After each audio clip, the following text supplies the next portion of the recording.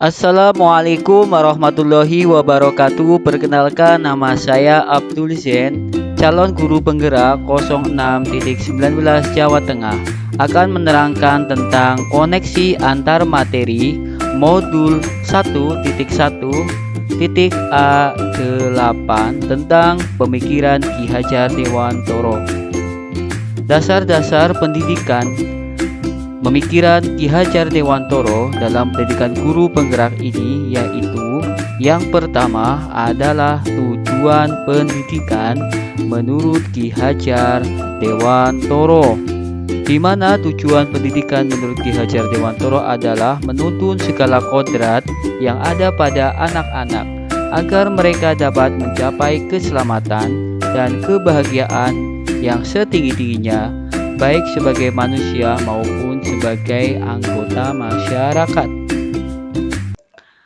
Sedangkan dasar-dasar pendidikan yang kedua adalah 3 semboyan dari Ki Hajar Dewantoro. Yang pertama adalah Ingarso Sung Tulodo.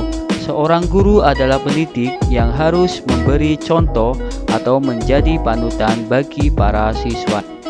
Semboyan yang kedua adalah Ingmadjo Mangun Karso, atau posisi guru berada di tengah-tengah siswa.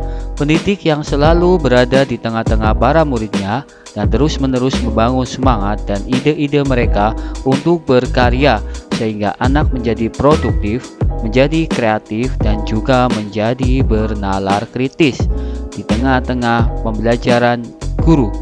Semboyan yang ketiga adalah Tutwuri Handayani. Semboyan ini dipakai dalam dunia pendidikan karena guru posisinya berada di belakang yang terus-menerus menuntun dan menopang dan menunjukkan arah bagi siswa-siswinya untuk dapat hidup dan berkarya dengan baik. Dasar pemikiran Ki Hajar Dewantoro yang ketiga adalah merdeka belajar. Konsep merdeka belajar yaitu dalam sistem Among, anak dididik di sekolah sesuai dengan bakat dan minat. Pendidik sebagai Tutwuri Handayani berperan dalam menuntun, mengasuh, dan membimbing anak sesuai dengan kodratnya agar jiwanya merdeka lahir dan batin. Guru memberikan kebebasan pada anak untuk memilih pembelajaran yang ia sukai, dari yang dulunya menggunakan instruksi dari guru dan sekarang menjadi merdeka belajar, di mana anak bebas untuk menentukan pembelajaran yang mereka sukai. Dengan demikian, merdeka belajar fokus pada asas kemerdekaan dalam menerapkan materi yang esensial dan fleksibel sesuai dengan minat, kebutuhan, dan karakteristik peserta didik. Ki Hajar Dewantoro melarang adanya paksaan kepada peserta didik karena akan mematikan jiwa merdeka dan kreativitasnya. Dasar-dasar pendidikan selanjutnya yaitu bermain. Menurut Ki Hajar Dewantoro, bermain merupakan dasar pendidikan. Permainan itulah suatu pendidikan. Bermain itu merupakan kodrat anak.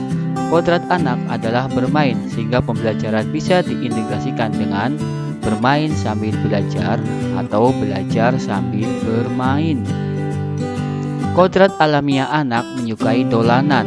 Pengajaran yang dilakukan di sekolah diselipi dengan mengikuti kodrat alamiah anak, yaitu anak menyukai permainan yang menyenangkan. Jadi, pembelajaran harus diselipi dengan dolanan anak sesuai dengan budaya setempat dan simulasi permainan dalam pembelajaran. Diperlukan integrasi budaya lokal dalam pembelajaran. Dasar-dasar pemikiran Ki Hajar Dewantoro yang kelima adalah berpusat pada siswa atau student oriented. Pendidikan mengutamakan kebutuhan peserta didik, memberi kesempatan peserta didik untuk mengemukakan pendapat, memberi kebebasan membangun sendiri pengetahuannya, tidak selalu mengikuti keinginan gurunya. Siswa diberi kebebasan untuk memahami pelajaran sesuai dengan caranya atau gaya belajarnya. Dasar-dasar pendidikan yang keenam adalah siswa bukan tabula rasa, atau anak terlahir bukan seperti kertas yang kosong, karena setiap anak mempunyai kodrat dan mempunyai potensi.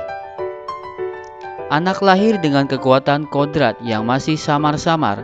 Tugas guru adalah menebalkan kekuatan kodrat yang ada pada anak tersebut sehingga menjadi tebal atau menjadi kuat karakter dari peserta didik. Dasar-dasar pemikiran Ki Hajar Dewantoro yang ketujuh adalah budi pekerti, watak atau karakter peserta didik. Budi pekerti diartikan sebagai perpaduan antara gerak pikiran, perasaan, dan kehendak atau kemauan sehingga menimbulkan tenaga. Budi pekerti diartikan sebagai perpaduan antara cipta, karsa, dan menciptakan karya. Pembentukan budi pekerti dalam kurikulum Merdeka atau Merdeka Belajar diterapkan dalam P5 atau Proyek Penguatan Profil Pelajar Pancasila.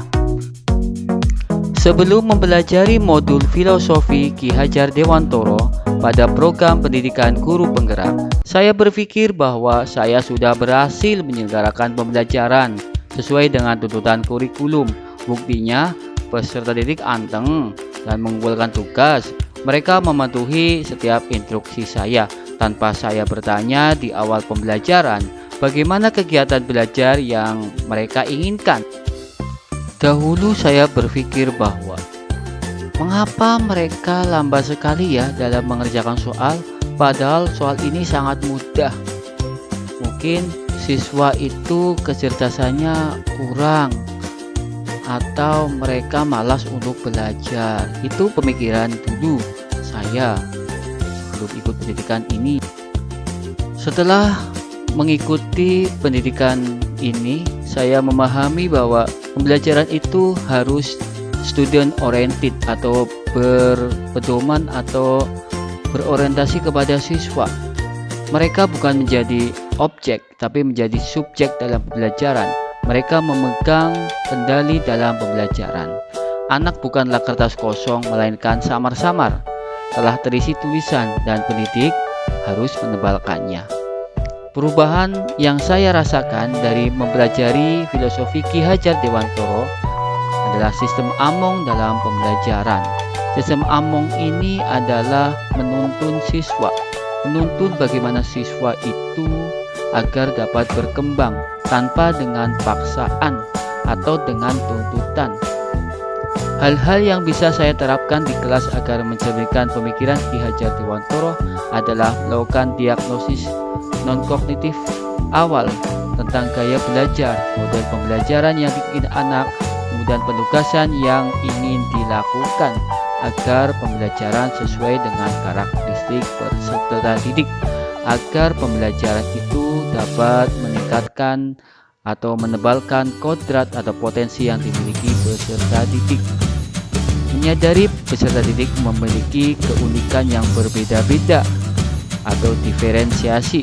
Tidak ada anak yang bodoh, yang ada hanya anak memiliki potensi yang berbeda. Untuk itu pembelajaran perlu diintegrasikan dengan budaya lokal dalam kegiatan di sekolah agar pendidikan itu lebih kontekstual. Selain itu juga permainan diperlukan dalam pembelajaran. Anak SD itu konsentrasinya itu hanya beberapa menit saja. Oleh karena itu, guru harus pintar-pintar untuk membuat permainan yang sangat menarik. Demikian konsep dari kesimpulan refleksi pemikiran Ki Hajar Dewantoro. Semoga bermanfaat. Assalamualaikum warahmatullahi wabarakatuh.